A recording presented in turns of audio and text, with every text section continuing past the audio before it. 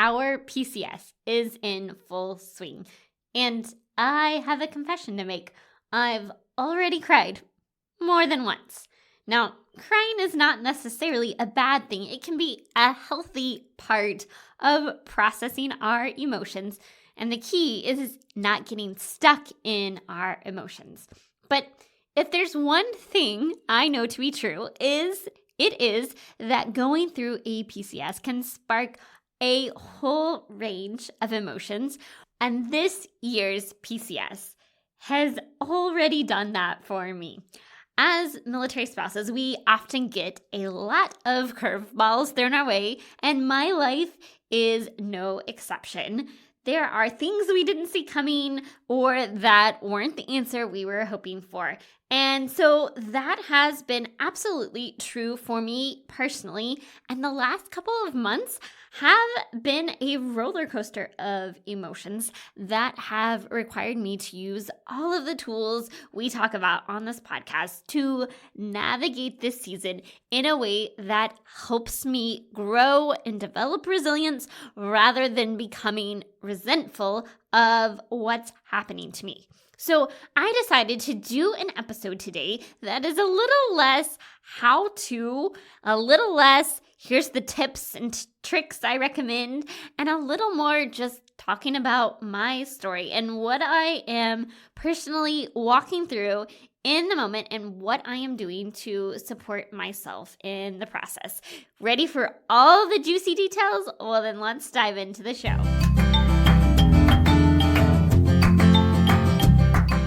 Welcome to More Than A Milspouse, the podcast for military spouses who want to live with more meaning and less overwhelm. I'm your host, Christine, seasoned military spouse, mom of 3, life coach, and your guide to intentionally designing a life you're excited about as a military spouse. I'm here to help you get the clarity you need so you can get unstuck and unlock your purpose and potential. Because you, my friend, are more than a milspouse. You have something valuable to offer. And when you pursue the things that light your heart on fire, you trade frustration for fulfillment and isolation for a life of impact. It's time to discover who you are meant to be, because together we can change the world. So there's a piece of my story that you haven't heard yet. And that's partly because sometimes it's hard to process things in real time. And it's partly because I had literally just finished recording. A couple of months ago, we did a series all on PCSing, and we talked about our mindset around PCSing, about what we believe we are capable of, how that impacts and influences our actions and behaviors. We talked about the importance of taking care of yourself during a PCS, why that's my number one PCS tip, because your stuff is replaceable, but you are not. We talked with Beth Runkle about her experience and how she went from being resentful of military life to embracing it with lots of moves along the way. And we talked about how to be happier regardless of where you live. I will have all of those episodes linked in the show notes. If you have not already listened to that series on PCSing and you are PCSing this summer, then I would highly recommend that you go back and listen to those episodes. And while you are listening, if you would just take a couple of moments and leave a review of the podcast on Apple Podcasts, that would mean the world to me. I love reading each and every one of those reviews and hearing what has been meaningful to you and how we can continue to grow the show and provide content that is relevant to your life and helpful to you stepping into the fullest version of yourself. But in those episodes, I shared a little bit about my own PCS journey this year and the grief that I had over leaving Hawaii and not wanting to move this year and trying to accept that we were potentially moving to a place I was not excited to go, and then finally getting the word that yes, you have to leave a place that you love, but you're headed to a place where you have a lot of friends stationed at, where you have family nearby, and where you've always wanted to go visit and explore. And I talked about processing through those feelings and emotions and how I was finally getting to a place where I was like, okay, I am excited about moving this year. And then I hit publish. And then the curveball came. You know, sometimes on my worst days in the middle of a PCS, I feel like the military is always trying to one-up the stress I experienced on the last PCS. And I say that as somebody who has PCSed a lot, who has a 7-year-old, who is about to be living in her 6th house. We've gone through a lot of PCSing, but there's always a twist. There's always something new to navigate. We had one PCS where our assignment was almost pulled at the last minute.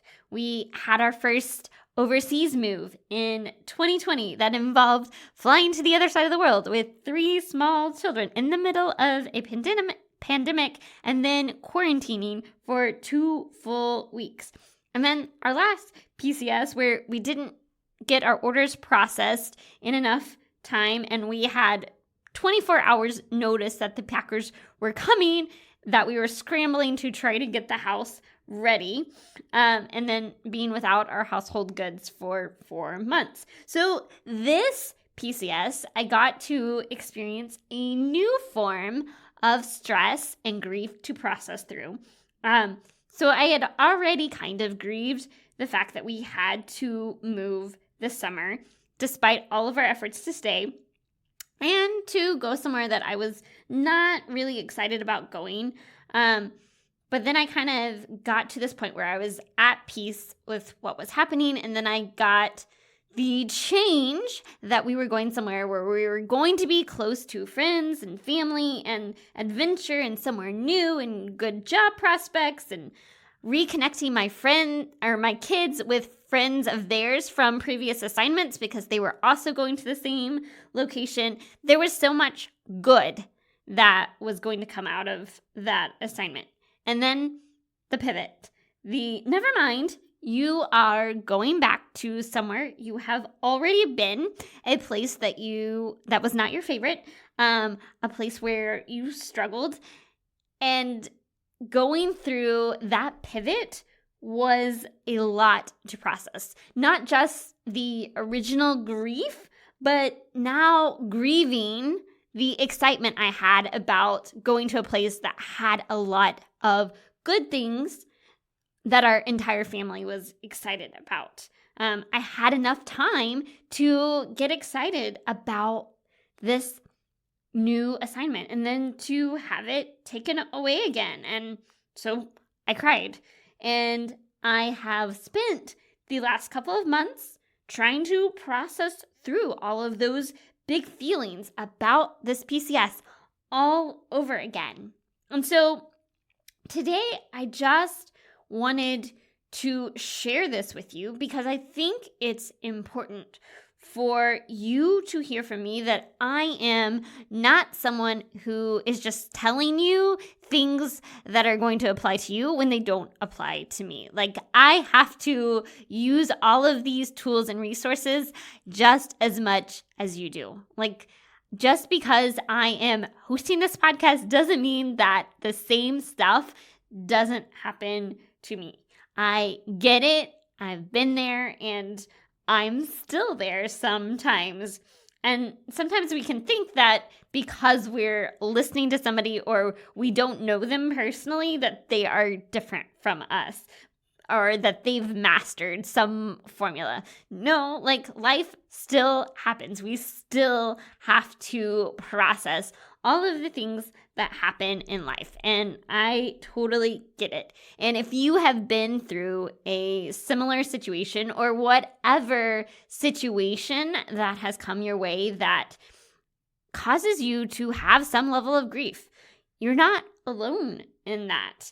And I would just say that if you are following somebody on social media, on a podcast, on YouTube, anybody that you are listening to, allowing to mentor you, that you are taking advice from, make sure that it is somebody that understands what you are going through and can relate to you. I say this because I have experienced for myself and heard from other people that sometimes you go to somebody for advice, but because they don't understand what life is really like as a military spouse, they don't have the same level of grace for all of the stuff that we go through. I was listening to this podcast the other day. I was checking out a new podcast and listening to the host, and what they were saying was not bad information. What they were saying was something that some people could apply to their life, that they could go practically implement the advice that the host was giving. But the way that my life currently looks like and the responsibilities that I have currently going on in my life, his advice would not work for me. I could not practically implement any of the things that he said, and that's okay because he is for someone else. He is for someone that can be in that space, that space to listen to what he is saying and to go implement it. It just didn't work for me. So I just felt like I should put that caveat in. If you are following somebody, if you're listening to somebody and it is making you feel like there's something wrong with you because you can't go implement what they're telling you, just take note of that and make sure that the people that you are listening to and following are people that can understand where you are at. Don't try to implement someone's advice when it doesn't work for your life. If you are following somebody who is single and has 80 hours a week to devote to growing their business, that's not going to work if you're a mom with 4 kids under 5, right?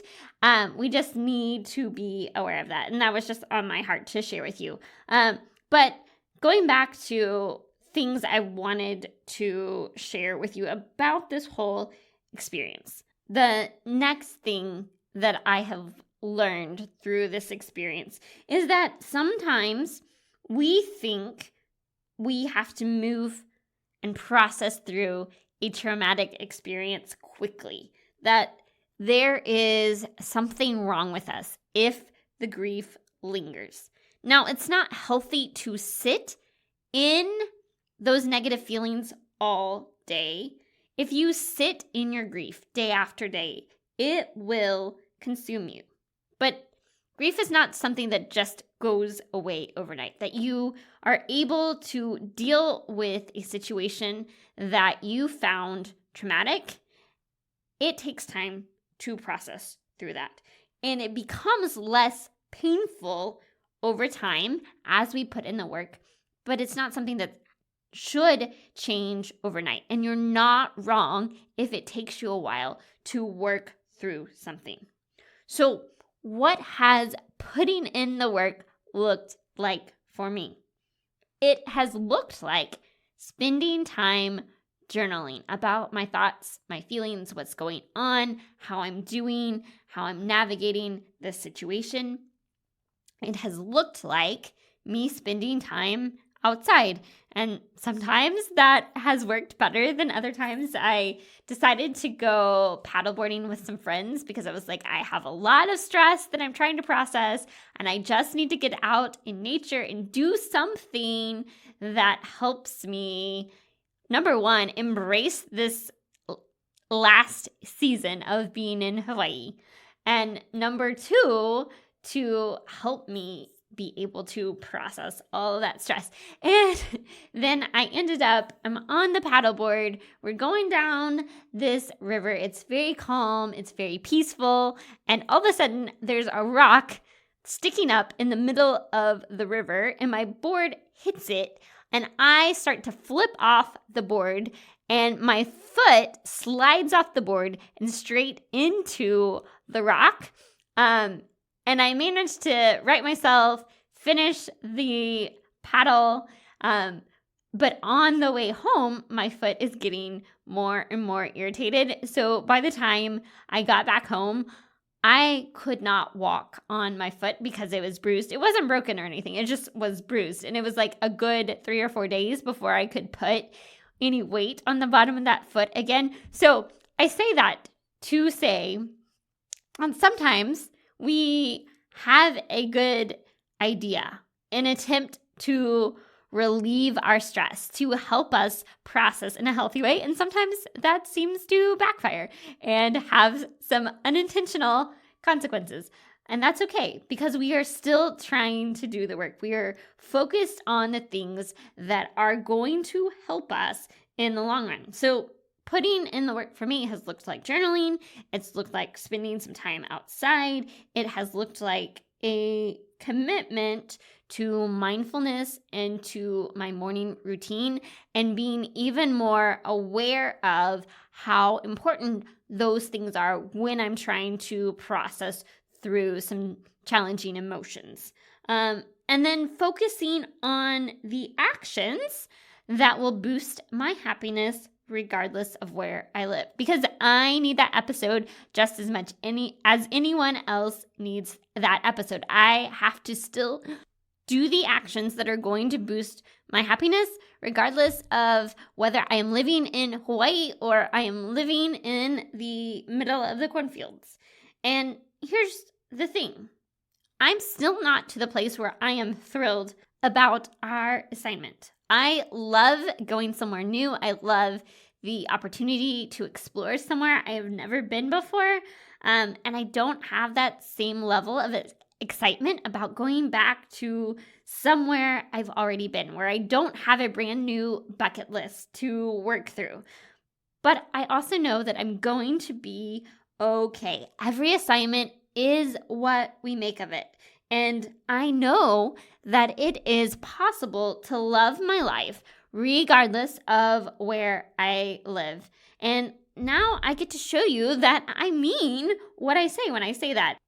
So yes, the PCS roller coaster has begun. My household goods are all packed up. That's the main shipment when you are doing an overseas move. We will have our unaccompanied shipment going out in a couple of weeks. We will be shipping one of our vehicles, selling another vehicle, and then eventually getting on an airplane. And I will be saying ohui ho to Hawaii and hello again to the cornfields of the Midwest.